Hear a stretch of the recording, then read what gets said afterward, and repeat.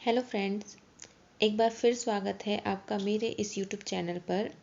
और जैसे कि आप जानते हैं, हम घटना चक्र वार्षिकांक को कंप्लीट कर रहे हैं और इसके अंतर्गत जो है हम अभी तक के राष्ट्रीय घटना चक्र 2021 का पार्ट 1 देख चुके हैं और आज जो है हम उसका पार्ट 2 देखने वाले हैं।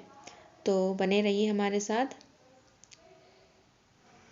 तो हम देखते हैं कि यादें 2021 की प्रमुख घटनाओं के अंतर्गत कुशीनगर में जो है अंतर्राष्ट्रीय हवाई अड्डे का उद्घाटन किया गया है और ये उद्घाटन जो है प्रधानमंत्री नरेंद्र मोदी जी के द्वारा किया गया है। और कुशीनगर हम जैसे कि जानते ही है कि गौतम बुद्ध का जो है अंतिम स्थल है, विश्राम स्थल, यहाँ पे इनकी मृत्यु हुई थी। तो ये एक महत्वपूर्ण घटना है। इसके बाद विश्व का सबसे बड़ा क्रिकेट स्टेडियम जो कि राष्ट्रपति रामनाथ कोविंद के द्वारा जो है गुजरात के मोटेरा नामक स्थान पे उद्घाटित किया गया है और ये जो है सरदार पटेल स्पोर्ट्स इनक्लेव के अंदर स्थित है। इसके बाद है दुनिया का सबसे बड़ा फ्लोटिंग सोलर फॉर्म जो कि कहाँ खोला गया है, सिंगापुर में। और ये फ्लोटिंग फॉर्म जो है 60 मेगावाट की सोलर सिस्टम पर आधारित है। इसके बाद है वीओ चिदम्बरनार पोर्ट ट्रस्ट। इस पोर्ट ट्रस्ट के द्वारा जो है 3 इलेक्ट्रॉनिक कारों के पहले समूह को हरी झंडी दिखाई गई है और इसी के साथ जो है यह पोर्ट जो है ई कार को शुरू करने वाला पहला प्रमुख बंदरगाह बन गया है। इसके बाद है एक महत्वपूर्ण घटना है। ऑस्कर के लिए जो है भारत की जो आधिकारिक प्रविष्टि है उसका नाम है कुझंगल। क्या नाम है इस फिल्म का? कुझंगल। और ये एक तमिल फिल्म है और इसे इंग्लिश में जो है अंतर्राष्ट्रीय स्तर पर इसे क्या कहा गया है, फीबल्स। और ये कौन से ऑस्कर के लिए गई है? 94वें एकेडमी अवार्ड के लिए, ऑस्कर 2022 के लिए। ये भारत की आधिकारिक प्रविष्टि है कुझंगल। और कौन सी फिल्म है ये एक तमिल फिल्म है। अब इसके बाद है कि सरकार द्वारा जो है राष्ट्रीय शहरी डिजिटल मिशन की शुरुआत की गई है।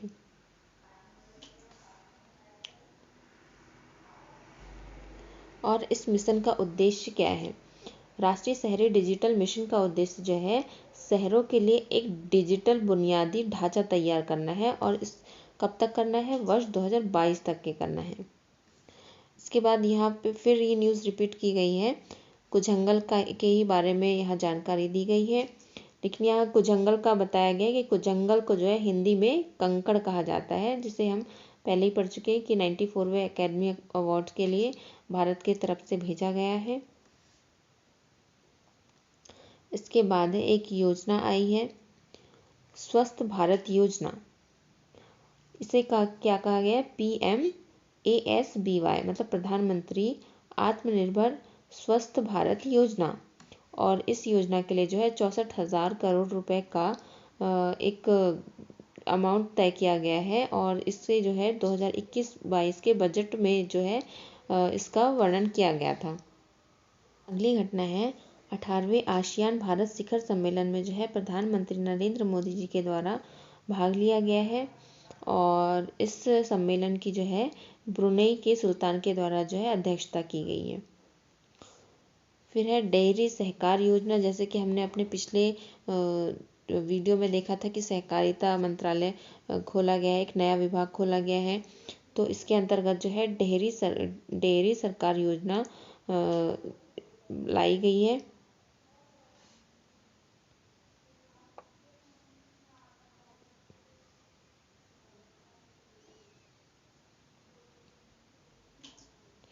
इसके बाद है भारत का सबसे ऊंचा वायु शोधक टावर। तो भारत का सबसे ऊंचा वायु शोधक टावर जो है चंडीगढ़ में स्थापित किया गया है और ये 500 मीटर के दायरे में फैला है और 24 मीटर लगभग ये ऊंचा है।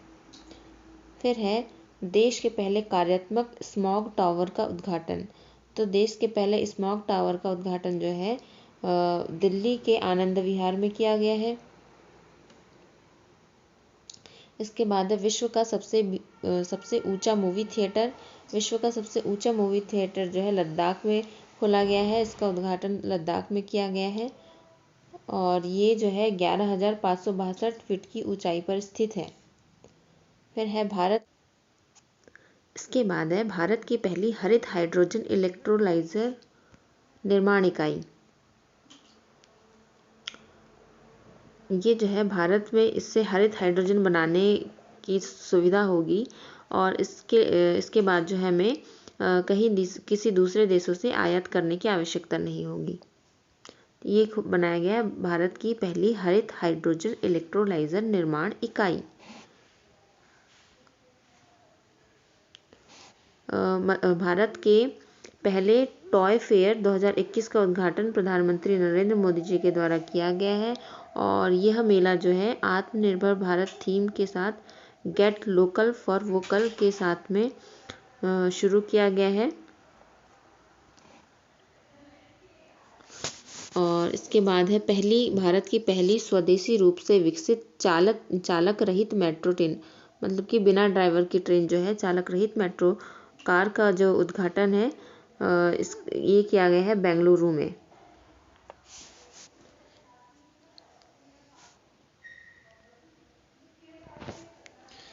इसके बाद है भारत के सबसे ऊंचे मौसम विज्ञान केंद्र का उद्घाटन ये किया गया है लद्दाख के लेह क्षेत्र में। भारत का सर्वोच्च ऊंचा मौसम विज्ञान केंद्र। फिर है भारत का फायर पार्क जो है भारत का पहला फायर पार्क जो है उड़ीसा में बनाया गया है। उड़ीसा में बनाया गया है और इसका उद्देश्य क्या है? इसका उद्देश्य है विशेषकर छात्रों में बुनियादी अग्नि सुरक्षा के प्रति जागरूकता लाने के लिए भारत में पहला फायर पार्क बनाया गया है।